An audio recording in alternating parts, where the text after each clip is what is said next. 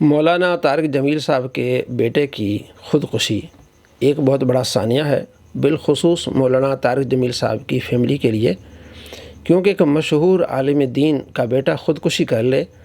تو یہ ان کی ساکھ کو متاثر کرنے والی بات ہے۔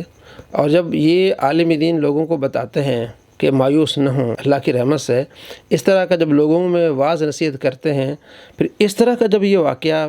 جو ہے وہ رونما ہوتا ہے تو انگلیاں اٹھتی ہیں کہ بھی آپ کے اپنے گھر میں تو یہ ہو رہا ہے۔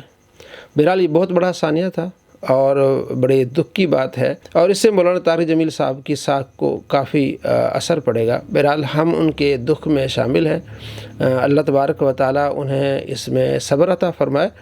جہاں تک بات ہے کہ مرحوم کے لیے دعا کرنا اور ان کا نماز جنازہ، جو خودکشی کرے اس کے لیے دعائے بخشش اور نماز جنازہ، نبی صلی اللہ تعالیٰ علیہ وآلہ وسلم کی بارگاہ میں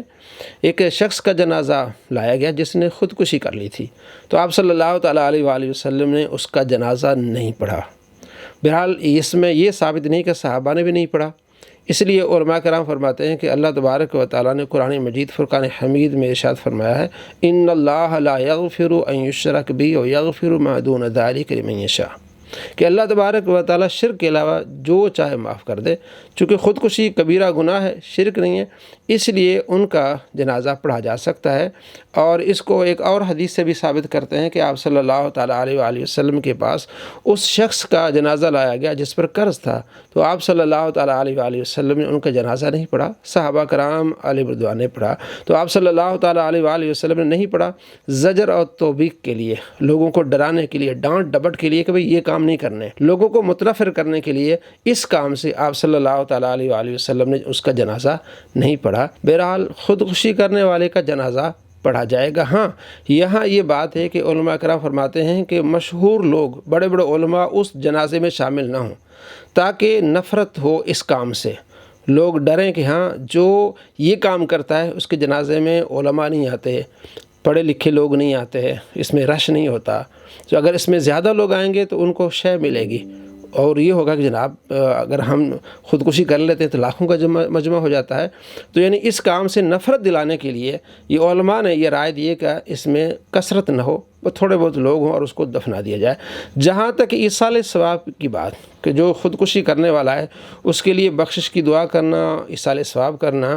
مسلم شریف میں حدیث ہے 311، طفیل بن عمر ایک صحابی ہیں، کہتے ہیں کہ آپ صلی اللہ تعالیٰ علیہ وآلہ وسلم نے جب ہجرت کی تو ہم نے بھی ہجرت کی، میں مدینے آ گیا تو میرا ساتھی بھی ایک مدینے آیا، لیکن مدینے کی آب و ہوا اسے مناسب نہیں بیٹھی، وہ بیمار ہو گیا، اور بالآخر اس نے بیماری کے عالم میں صبر نہ کر سکا اور اس نے انگلیاں کاٹ دیں۔ انگلیاں کٹنے سے اس کا خون بہنے لگ گیا اور اسی وجہ سے اس کی جو ہے وہ ڈیتھ ہو گئی، وہ فوت ہو گیا۔ میں نے اسے خواب میں دیکھا تو میں نے اس سے پوچھا کہ تیرا کیا حال ہے؟ اس نے کہا میں بالکل ٹھیک ٹھاک ہوں، لیکن اس کے ہاتھ پر پٹی بندھی ہوئی تھی، اس نے وہ چھپایا ہوا تھا ہاتھ۔ میں نے کہا یہ کیا ہے؟ اس نے کہا جی نبی صلی اللہ تعالیٰ علیہ وآلہ وسلم کی طرف ہم نے ہجرت کی، اللہ تعالیٰ نے سب گناہ بخش دیے، لیکن اللہ نے فرمایا یہ تو نے خود خراب کیا ہے تو اس کو ہم ٹھیک نہیں کریں گے۔ کہتے ہیں یہ خواب میں نے نبی صلی اللہ تعالیٰ علیہ وآلہ وسلم کو سنایا تو آپ صلی اللہ تعالیٰ علیہ وآلہ وسلم نے ان کے لیے دعائے بخشش کی، اللہ اس کو بھی ٹھیک کر دیں۔ تو اس سے معلوم ہوا کہ آپ صلی اللہ تعالیٰ علیہ وآلہ وسلم نے خودکشی کرنے والے کے لیے دعا کی ہے، تو ہم بھی دعا کر سکتے ہیں، کیونکہ وہ شرک نہیں ہے۔ شرک کے علاوہ جس چیز کو چاہے اللہ تبارک و تعالیٰ بخش دیتا ہے، اس کی نماز جنازہ بھی ہوگی اور اس کے لیے دعائے بخشش بھی کی جائے گی۔ بہرحال اس کام سے دور رہنا چاہیے، اللہ تبارک و تعالیٰ اس سے ناراض ہوتا ہے، کیونکہ اللہ تبارک و تعالیٰ فرماتے ہیں ان اللہ اشتری من المؤمنین من انفسہم، اللہ نے ان کی جانیں خرید لی ہیں۔ ہم اس جان کے مالک نہیں ہیں کہ ہم جب چاہیں اپنے آپ کو ختم کر دیں۔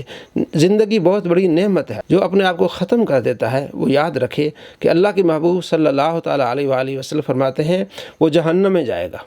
اور حدیث میں کہ ہمیشہ جہنم میں رہے گا وہ،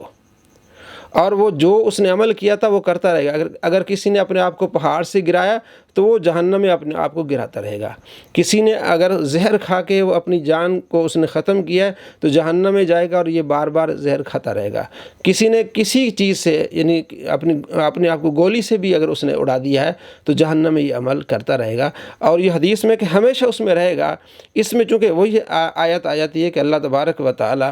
شرک کے علاوہ جسے چاہے جو ہے وہ بخش دیتا ہے، تو علماء کرام فرماتے ہیں ہمیشہ مراد طویل مدت تک یہاں وہ جہنم میں رہے گا، یا یہ کہ جو شخص خودکشی کو حلال سمجھتا ہے، حلال سمجھ کے خودکشی کرے گا، وہ ہمیشہ جہنم میں رہے گا۔ یہ امام نووی اور دیگر محدثین نے اس کی جو تشریح کی ہے۔ بہرحال اللہ تبارک و تعالیٰ نے ہمیں یہ بہت بڑی نعمت سے نوازا ہے کہ ہم پیارے آقا صلی اللہ تعالیٰ علیہ وآلہ وسلم کی امتی ہیں، اور اللہ تبارک و تعالیٰ پر ہمارا ایمان ہے۔ دنیا کی سب سے بڑی نعمت ہے کہ ہم مومن ہیں اور محمد عربی صلی اللہ تعالیٰ علیہ وآلہ وسلم کے غلام ہیں۔ تو جب یہ چیز سامنے آئے گی تو ساری مایوسیاں ختم ہو جائیں گی کہ یہ 4 دن کی زندگی ہے، آئندہ ہمیشہ کے لیے آپ کے لیے ابدی زندگی ہے، ہمیشہ کے لیے۔